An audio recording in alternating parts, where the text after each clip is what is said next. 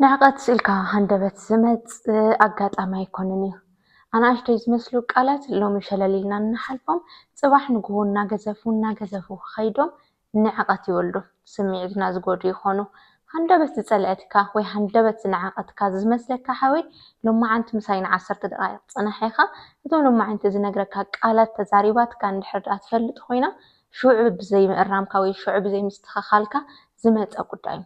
ስለዚህ ሁሉም ደቂ ተባዕትዮ ሓንቲ ጓል ኣንስተይቲ እዞም ልማዓንቲ ዝዛረበካ ቃላት ኢላትካ ትፈልጥ ኮይና ወይ ድማ ትብለካ ተሃልያ ንዕኣትካ ስለዝኾነት እዩ ካብ ሎሚ ጀሚርካ ኣርማ ብዝኾነ መንገዲ ፍትሓዩ ኢኻ ምክንያቱ እዞም ቃላት እዚኣቶም እዮም ፅባሕ ንግሆ ናብ ዓብዪ ነገር ዘምርሑ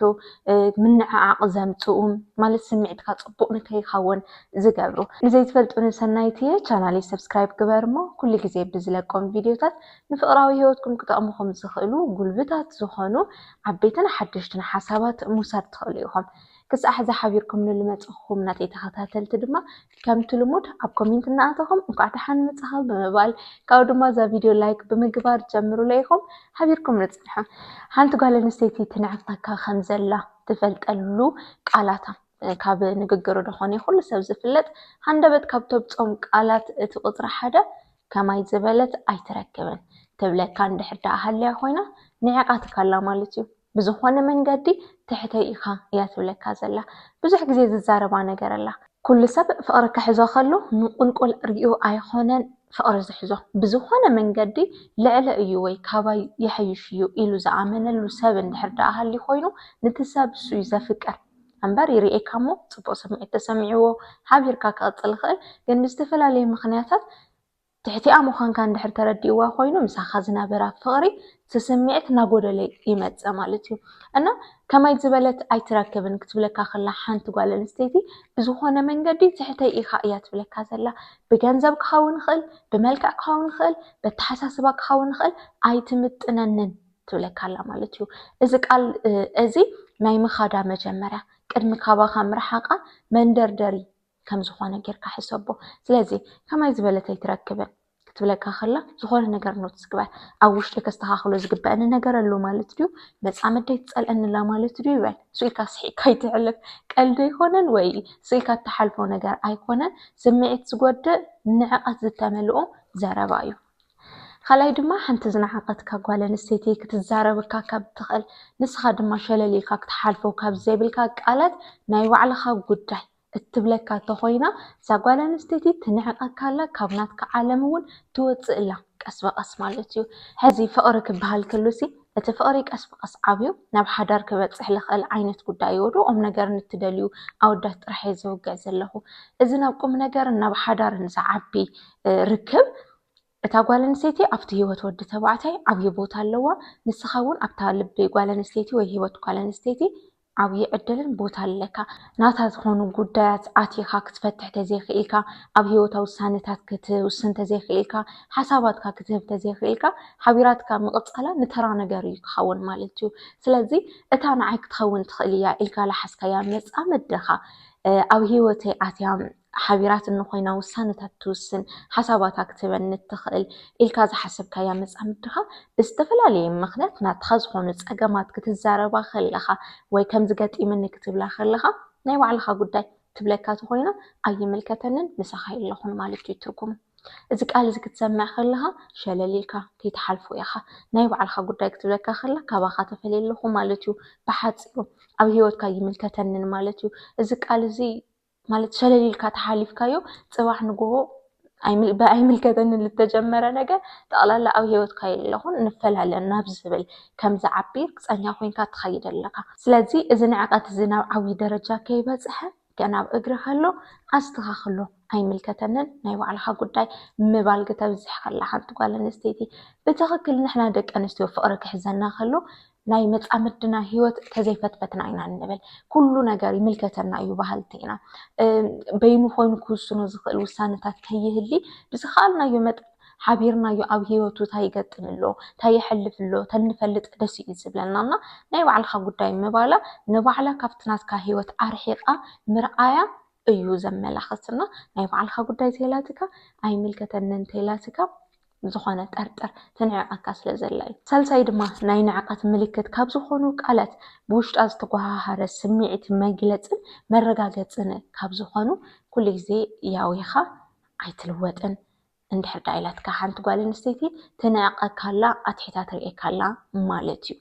ሕዚ ብዙሕ ግዜ ንሕና ደቂ ኣንስትዮ እቲ ዘፍቀርናዮ ወዲ ከምቲ ንሕና ንደልዮ ንክኾነልና ዘይንለፍዖ ነገር የለን بفقر خون كله كل نجار ناي متصور كل نجار استخاخل كان ناي مرأي اتزدل خيو قداي نك استخاخل دما بزلع على تعجستي متعر زبال نجار أبرك هنستي له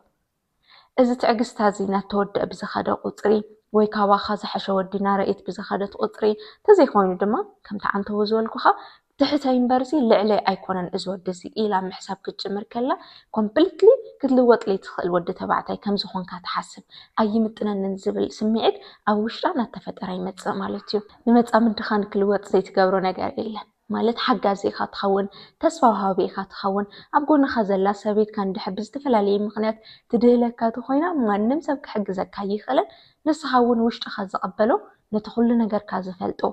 لعلم من مزقربك كسب كموجاج سكا تخلي خازب لك كسب خون كله ترحيها تقبله ويدما كم تخلينا تسفى وهابك يركع الطريقة إذا أقرب خازلا تفكره تفوتوا عبي بوتا ذهب كيا قال نستيتي كتلوت أي تخل انتيلاتك بيستفل عليه مخنات هيوتا كابنتها هيوت فلياتر إلا مالتيو معلتي تسبز اللامبرسي أوروما يسمي عتان لبان كواخان نار حق خيدلو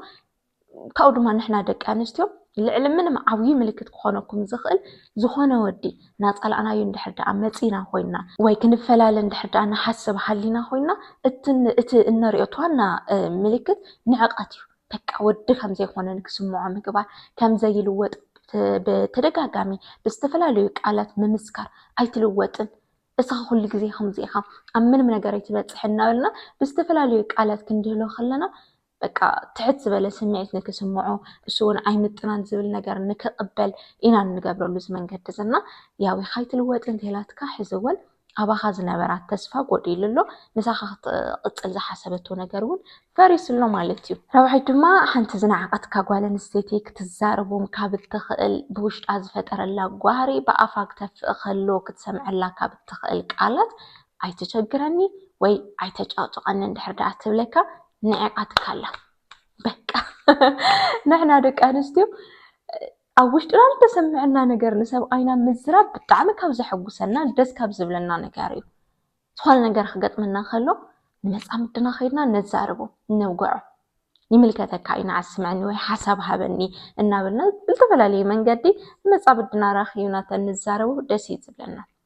استفلالي نجارات قد إيمو ويسمعها عبين يركك خون خال بس أكلت يتجبر يركك خون خال استفلالي نجار أوش رخال تفتروا الخا حطوطات على الإلها تعيل كك حتى خلها عايش أطعن تلك تهينا لك عيمل كتكاي مالتي عيد شكاي مالتي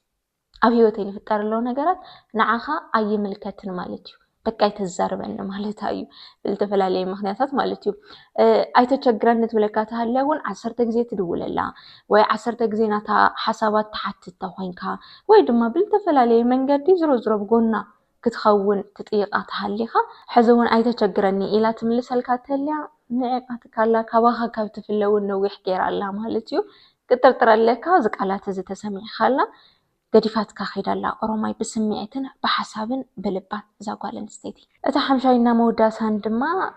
حنت قوالن ستيتي بوشت التفتر قواري بأفاك تفق خلو كتسمعو كابتخل قال ياويخا لو تقبل كايبن كتحقو سايل كالتفلالي نقرات مقبار كاي ترفني متعام تخصل سخونت لمتعام ديك حقو سواي خلو يومي كات تقبرو من نقرات عبرشيت كتقبرا كانت تصبخا كتحقو سايل كانت تصبخا الساقن با أنصارو نعخذ دهلوي من نجار هم لي جبركا تسفى الأرضك على تساربك خلا ياوي خام كل وقت يتبلن بي لو تقبل كاي تمساساليو تمالي خمزين يركع زون ياوي خانيخا نابلت تدهلك تخوينا حزوان مساخذ نبرا فقري يلر مالتيو ننعقد كتخيد الله مالتيو أتليست زوم لو ما عندي نجا بزوحاتيو ግን ዞም لمعت ዝነገርኩኹም ሓሙሽተ ቃላት ሰሚዕኩም ላ ተኾይንኩም በቃ ናይ ንዓቐት ምልክት እዩ ትንዓቐካ ኣላ ማለት እዩ እዞም ቃላት እዚኣቶም ተደማሚሮም እዮም ዓብዪ ዝኾነ ስምዒት ፈጢሮም ብለይ ግበአካ ብለይ ምጥነካ መንገዱ ልብኻ ሰይራ ወድነትኻ መንጢላ ካባኻ ክትርሓቕ ዝገብራ እዞም ቃላት እዚኣቶም ክትሰምዕ ከለኻ ሶኢልካ ምሕላፍካ እዩ ስለዚ ንዓቐት ተወሊዱ ምዃኑ ክትሓስብ ከለኻ ወይ ክትርኢ ከለኻ እዞም ቃላት ክትሰምዖም ከለኻ ንምንታይ በልታይ ስለ ዝሰኣነት እንታይ ስለ ዝገበርኩ ወይ ድማ በየናይ መንገዲ ጎዲለ ተረኣየ እዩ ኢልካ ንነፍስኻ ሕተት እሞ እዞም ጎዲሎም ዝመሰሉኻ ነገራት ክትእርሞም ፈትን ኢኻ ንሳ እውን መሊሳት ተኸብረካ እንድሕር ዳ ኣሪምካዮም እምበርሲ ብውቢልካ እንድሕር ትቐፅል ኮይንካ ክተኸብረካን ክተፍቅረካን ኣይትኽእልን እያ ጉድለትካ ፈትሽ ፍቕሪ ዲኻ ብፂሕካ ኣላ ካባኻ ዝተጸበይቱ ነገር ድዩ ጎዲሉ ዋላስ ልዕሊ መጠን ተርእዮ ነገር ኣሎ ንነፍስኻ ሕተት ኢኻ ሓቢርካ ዝጸናሕኹ ሰናይት እየ እዞም ልነገርኩኻ ሓሙሽተ ቃላት ቅድሚ ሕዚ ገጢምካ ዝፈልጥ ወይ ድማ ሕዚ ትብለካ እንድሕር ደኣ ሃለያ ኮይና ምልክቱ እንድሕር ተረዲእካ ኮይኑ ላይክ ብምግባር ኣረጋግፀለይኻ እትጉና ሓሳብ ተልዩ ድማ ኣብ ኮሜንት ሴክሽን ጽቡቓት ብዝኾኑ ቃላት ጥራሕ